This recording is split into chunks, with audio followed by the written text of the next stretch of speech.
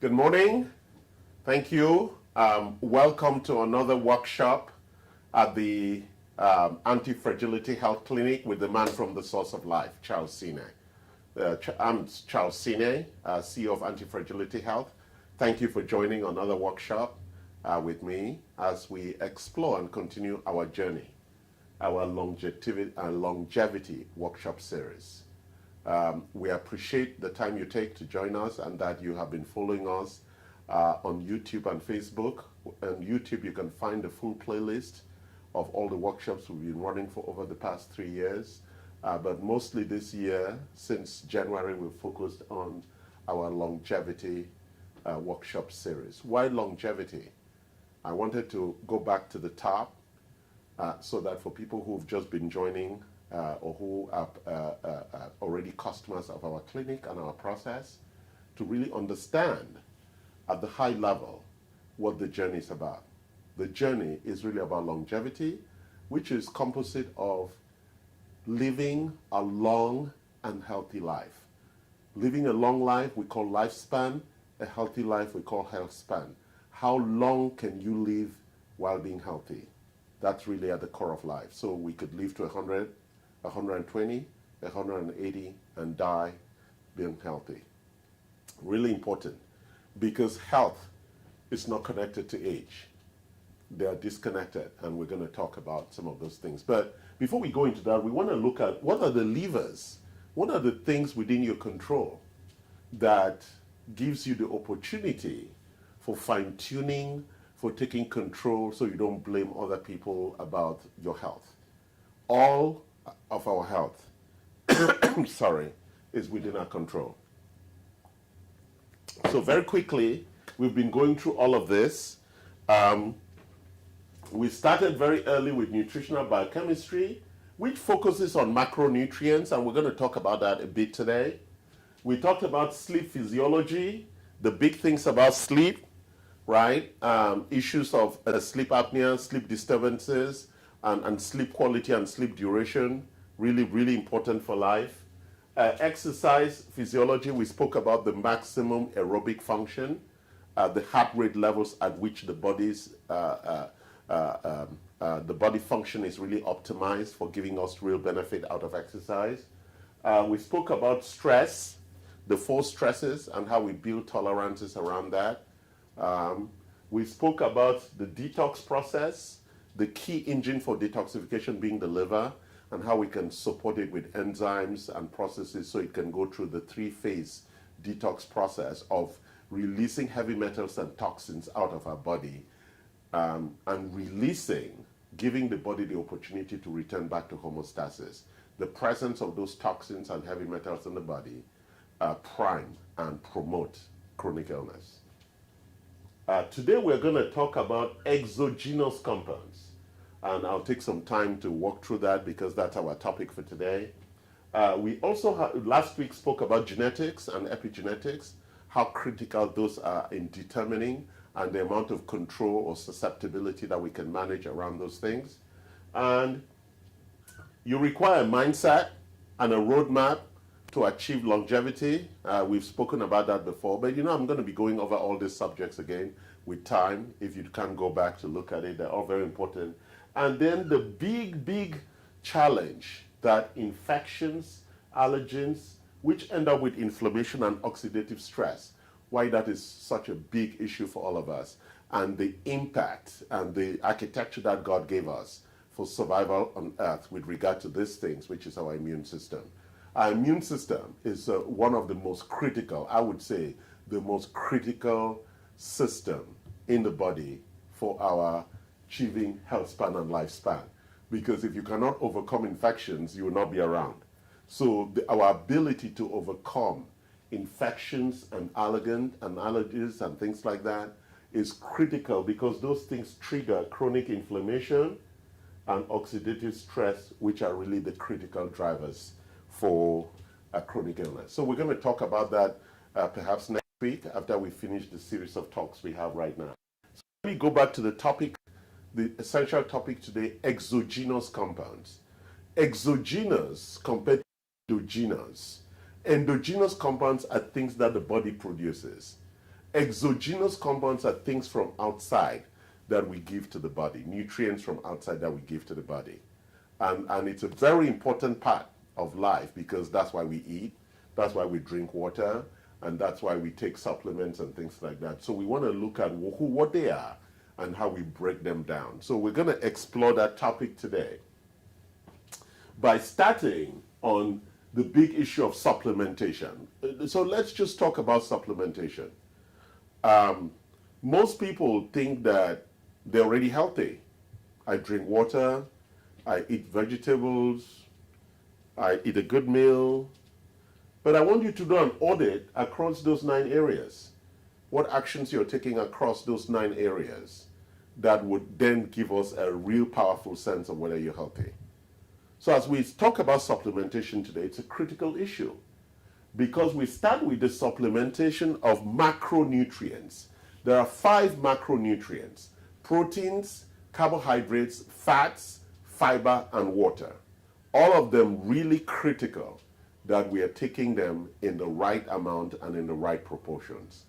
Most Americans are dehydrated on something as simple as water. We're not even drinking enough of it, right? And the body needs a lot, more than 8 glasses a day. And so if you're not taking enough of that, then we need to look for ways to supplement. And how do some people supplement with water? I didn't actually put water here, right? We eat fruits. A lot of fruits have water. So that's part of how we're supplementing in getting extra water. We drink tea or coffee, and other ways of actually getting water. But fiber is critical for supplementation because most of us blend our fruits and vegetables. We make smoothies out of it, and we destroy the fiber architecture that's in them. So God made those fruits and vegetables structured in a way that they have the added fiber that is required for proper digestion, because the fiber, the bacteria feeds on that fiber to actually provide us the microbiome effects, or what we'll call the GI effects that are necessary for digestion. Proteins, critical for bodybuilding, the amino acids, which is the building block of cellular architecture. So supplementing with the right kind of proteins is really good. We have protein powders and different things. So for example, we have this very important cell a lot of compromised gut function with digestive disorders, including malabsorption.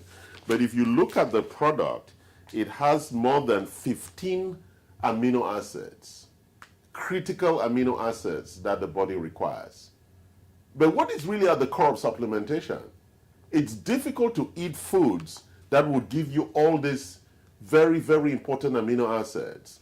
And when the body does not have all the right amino acids, then it's going to end up with a lot of problems. Or you look at Life Core Complete, which is a representation of a full Mediterranean diet. So if you're not taking all the proteins and all the essential things, for example, if we look through this, it has taurine, which is a protein, it has carnitine, it has alpha linoleic acid, it has flaxseed oil, it has medium chain triglycerides. Very, very important things for helping us achieve adequate metabolism. And so does glycemical, which helps us with the management of sugar. And then we have co-support, which helps us with detox. And then we have inflammacore or mitocol, which helps us with mitochondrial dysfunction. So supplementing at the macro level is a very, very important, especially with fats. As we know, ketogenic diets or fat-based diets of 60, 70, 80% fat in your daily diet is really the optimized level for curing most or almost all chronic illnesses. And I want to repeat that because it's really powerful. That's why ketogenic diets are on the rise. That if you eat 60, 70, 80% fats, but it has to be the right kind of fat from grass-fed cow. If you're looking at butter and all the other things around that, it must be ghee, it must be good fats. are critical for our health. And so we have different kinds. We have fats from plants, and we have fats from fish, high concentrated. This is a triglyceride omega-3 fish oil. Very important. And as we know, the balance between omega-3, omega-6, and omega-9 is really critical for health. And most people are short of omega-3. So supplementing extra fat for omega-3 is really a critical requirement that we provide to a lot of our customers. Secondly, supplementing micronutrients, right? Micronutrients are vitamins and minerals. Some of them are endogenous, but we like to supplement because, for example, vitamin D does not exist in the body, so it has to come from outside. Vitamin D3, a really, really critical requirement in more than 300 to 400 biochemical processes. Vitamin D3, as we know, became really prominent recently also because of its contribution to increasing or boosting the immune system capacity as we deal with COVID-19. So it's important that we understand that as our plants, as our food system becomes devoid of vitamins and minerals, it is really important that we supplement those minerals and those vitamins. And some of those critical vitamins, as we know, are A, D, and B12, iodine, iron, choline, folates, folic acid, right? Curcumin, berberine, all these really critical things, carnitine, choline, CoQ10, inositol, lipoic acid. These are all critical micronutrients that are important for supplementation.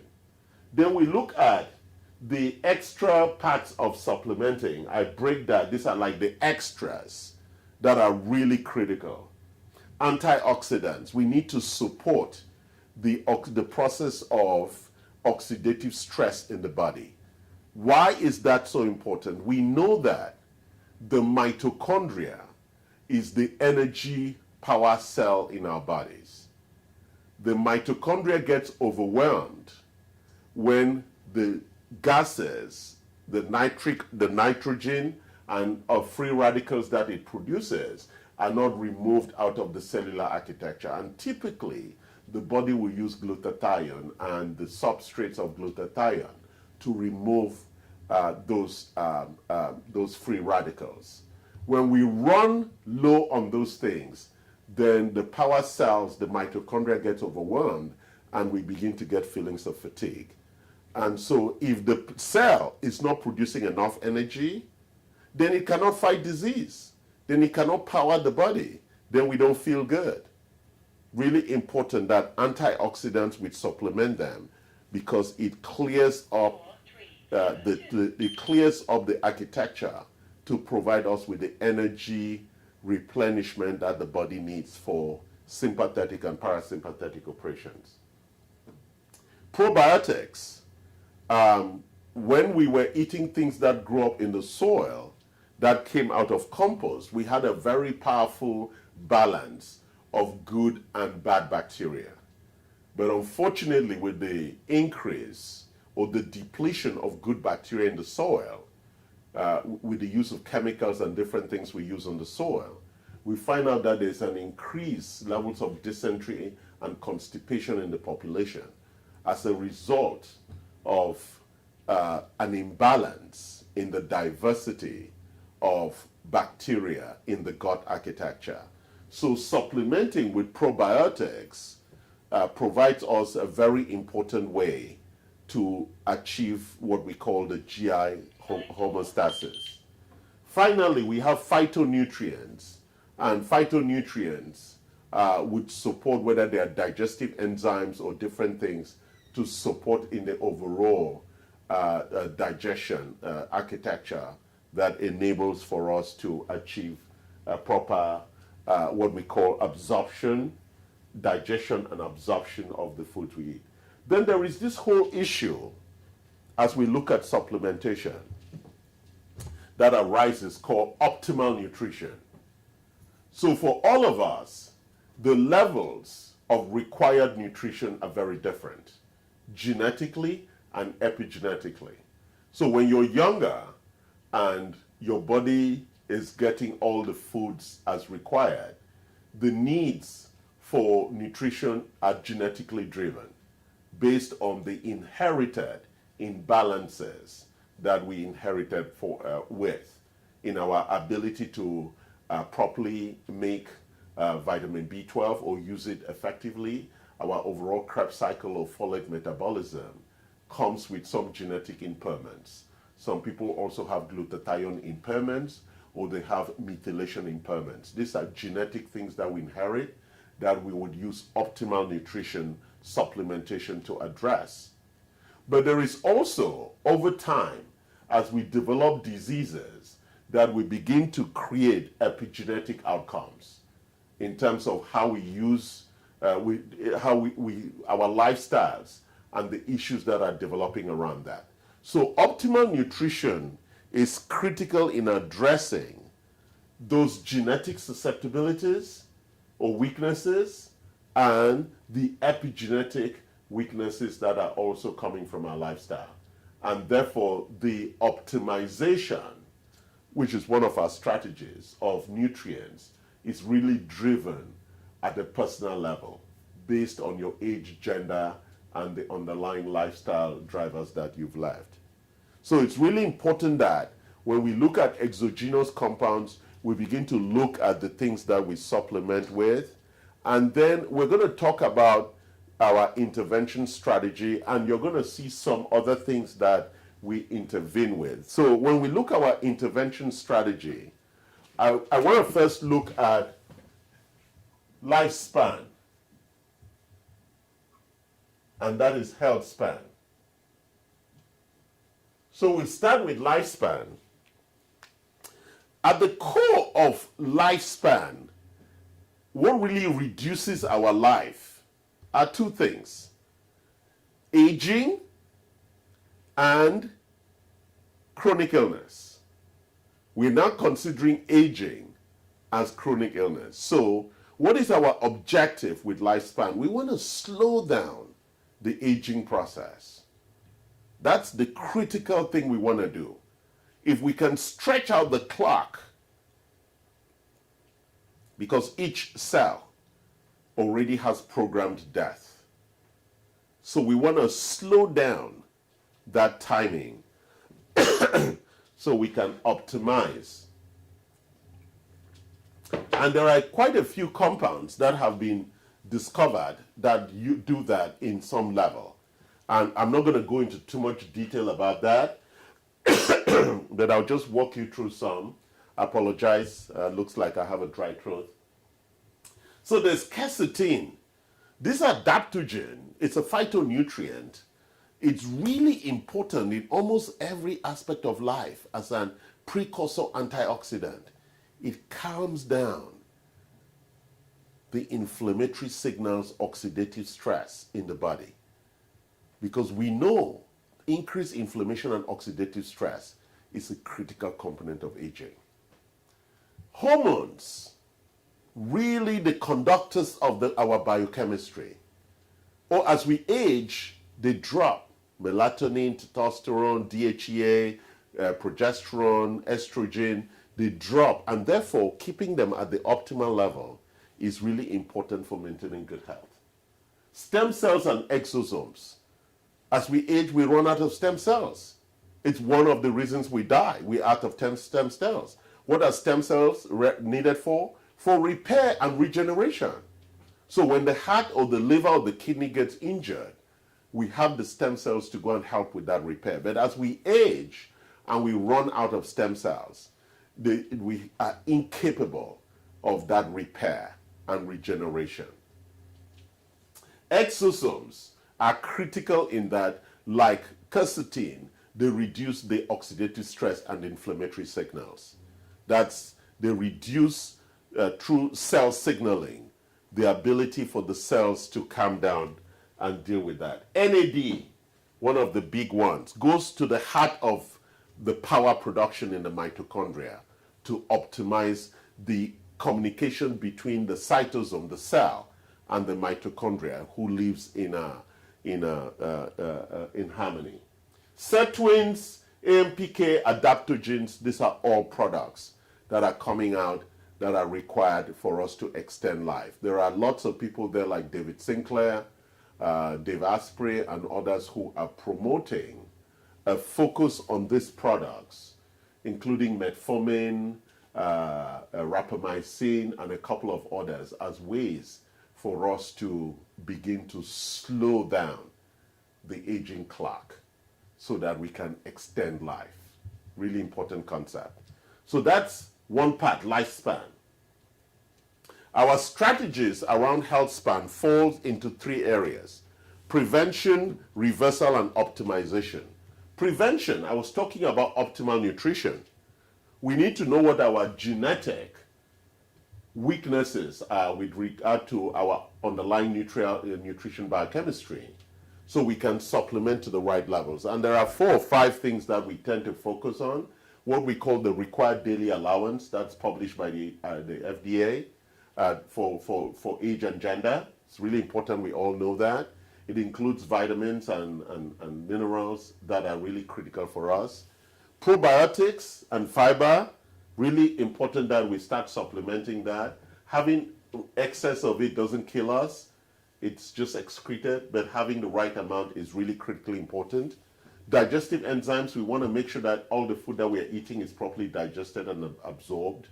That's a really critical, important thing. And then we want to increase the amount of omega-3s that we're taking, as we know that it's a critical requirement for maintaining homeostasis.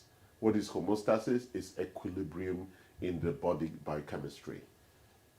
Secondly, reversal is our second strategy. For people who've developed clinical imbalances, and we have spoken about this before, 10 areas of clinical imbalances, and in those 10 areas, one of the most important ones is the immune system, right? If your immune system is not going to fight and provide you health, then you will not be around to talk about the other imbalances. So your immune system is the one that defends and protects you against viruses, bacteria, and all the things in the environment. Optimization, as I spoke before, is a strategy for us to accelerate the slowing down of aging, right? I'm using 2 things there. How do we speed to slow down aging? And you do that by doing some of the nutrient strategies that we're going to talk about in a later workshop about our IV portfolio, of that if you take things straight, if you supplement straight into your bloodstream, it's a way of acceleration. Because most of the capsules and these products that we show here have to be absorbed, digested and absorbed through the system. And optimally, we think that about 30 to 40% of that is absorbed. But as I'm going downstairs now to take an IV, if I take a poly-MVA IV, all of that is available in my bloodstream immediately. So the issue of accelerating to slow aging also is how we get the nutrients into the body, whether liposomal, which is under directly into the system, or through IV therapy, or through liquids and powders and capsules, as we do here. So I've given you an overview of the different exogenous compounds that we encourage people to supplement with. So supplementation is saying, I already eat food, but I want to add to it so that I achieve optimal nutrition, which will give the body homeostasis. Thank you for joining us today. Like us, love us, leave your comments and your notes. And I hope that you continue to join us and share. You can share these videos on YouTube or on Facebook so that your friends can also gain from the knowledge and begin the journey to longevity.